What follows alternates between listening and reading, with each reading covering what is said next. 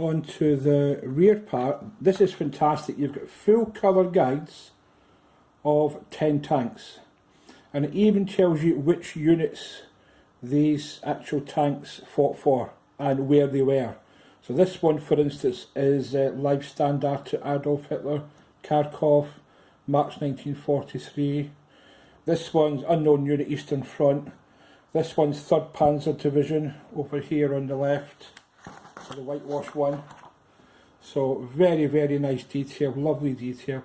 And all the call-outs are in the MiG ammo colours. But if you use other paints, it's not rocket science to basically your dark yellow, green and brown, aren't you? So you can use your favourite paints. But it's a nice rendering, and it gives you ideas how the camo works. On my models, I've never been pleased with the camo, especially on the top. I can do the sides okay, but it's the top bit and where it all finishes and meets up and all that. So that's very handy for me, actually. But yeah, it's a nice feature. It's a lovely feature. The quality is lovely, lovely quality paper. It's just oozes quality. Absolutely superb. Speaking of quality, on to the next thing. Before looking at the sprues, we will look at all the goodies you get with it. And there is a lot of goodies. So, you get your decals, obviously, decals. I've not looked at the instructions properly, but I think there's enough here for 5 different tanks, I believe. Anyway, whatever, there's quite a few different decals there. They do look nice, quite glossy, so they need to go down over a gloss coat preferably, then gloss over it, then flat coat. That's the way I do it. But they do look quite thin, and they're all in register. Yeah, they're very, very nice, very colourful. So that's the decals. You then have, I'll show you this first thing. It's a copper tow rope. Very nice, very bendy, very stretchy. A good addition. You have the Schürzen in photo etched brass. Again, really, really nice. Everything all cut out for you, obviously. So there's one per side, obviously. So that's that. You do have, I didn't know what these were at first. At first I thought they were the smoke canisters for the turret, and then I thought they were used rounds for the 75mm, but they'd be a lot longer. So it is indeed the grenade launchers. So they're turned. So again, another nice detail. And then you have a couple of brass frets there. Very nice. Couple of bits and bobs. These are for the additional track links on the hull front top, and these are for the coolant vents at the rear.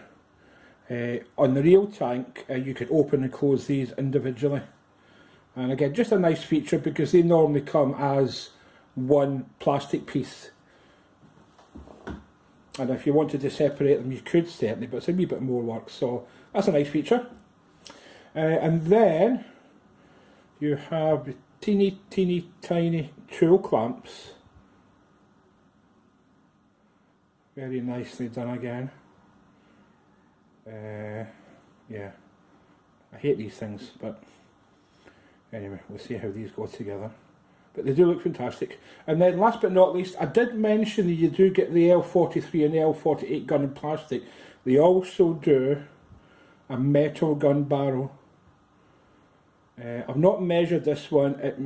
It might be the L43. I'm not entirely sure. I can have a look at that in a moment. Onto the sprues now. And oh no, there's one more thing. These actually come with an airbrush camo mask to do this particular camo. Beautiful, really nice addition. Again, as I say, for the money, absolutely incredible. That's the back of it. So basically you pull these off, stick them on, do your base coat, peel these off, stick them on, do your green camo or brown camo, whatever, and then peel them off again. And that's you got an instant camoed tank. Well, that's the theory anyway. But nice addition, very, very, very well thought out. Turret top, nice rivets and details and all that in it. Beautifully done. Border models 2019. Yep, on par with Dragon, if not better. I'm going to show you the smaller sprues first. So these are for the additional armour, the turret ring protector, and the box for the back storage bin.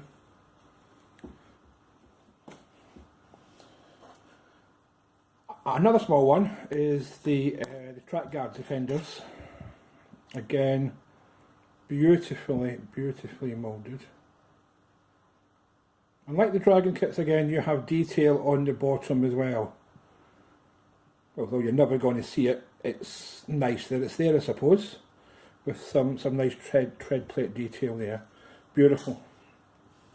The lower hull, very unusual the way they've done this. They've done this the way that a lot of companies, or most companies, make their Tiger lower hulls, with the side plates on.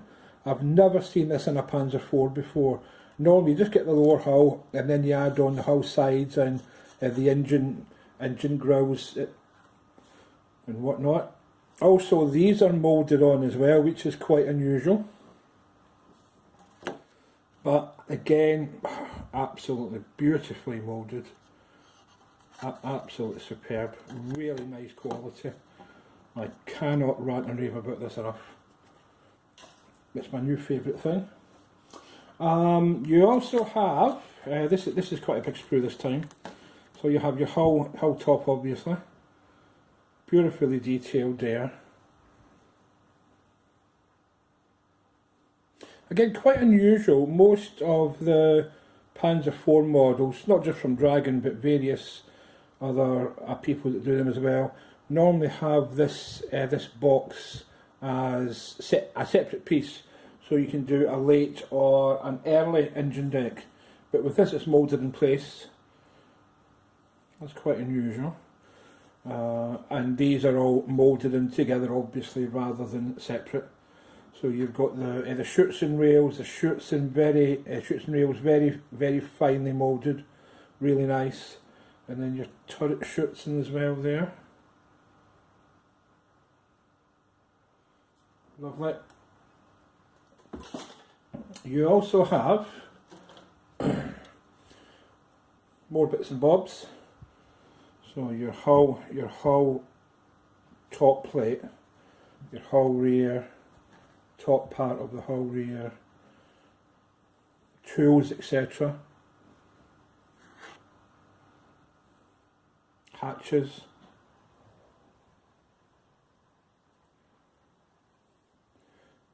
Beautifully moulded. There is one ejector pin mark that's very faint, just a quick rub of sandpaper and it'll be gone. Here you can see the L43 gun, I think that one is. I'll check that in a second. Nice stuff. Another one. Again, beautifully moulded. You have the turret cupola, the turret front, the gun inside, turret doors, a few other bits and bobs, hatches, etc. Beautiful again. That's the other gun there. You can see it where my thumb is. So I think that's the L48, and the previous one you can see there. I don't know if you can see that or not. If I put them one over another. Yeah, so that's the L48. And this one's the L43, the earlier model. So this is a wee bit longer. And that brings me on to, let me have a look at my metal gun barrel. This is there, and I think it's the 43, yep, so it's the same size as the L43. I've not looked at the instructions yet to see how to put that on. I don't know if you have to chop that bit off and glue it onto that, or don't even bother with the inside. But anyway, it's another addition. Another beautiful sprue. Lovely, lovely, very well moulded, extremely well moulded. All the tools, exhaust, mudguard flaps, the rear turret muffler, etc. So it's all there. Jack comes in 7 or 8 different bits, nicely detailed again, as you would expect from a modern tank. And last but not least, we have 2 of these for the wheels. You get a couple of buckets free of charge, so that's nice. You can add that on. A couple of gas masks there. Just try to see what else is. Oh, you've got your T34 spare track lights there. And on these sprues you have some hex nuts or bolts that you slice off. I'm not sure what these are for yet. As I say, I've not looked at the instructions properly, so I have no clue what they're for yet. You've got a couple of extra jerry cans as well, free of charge, so that's always nice. Your suspension units are lovely.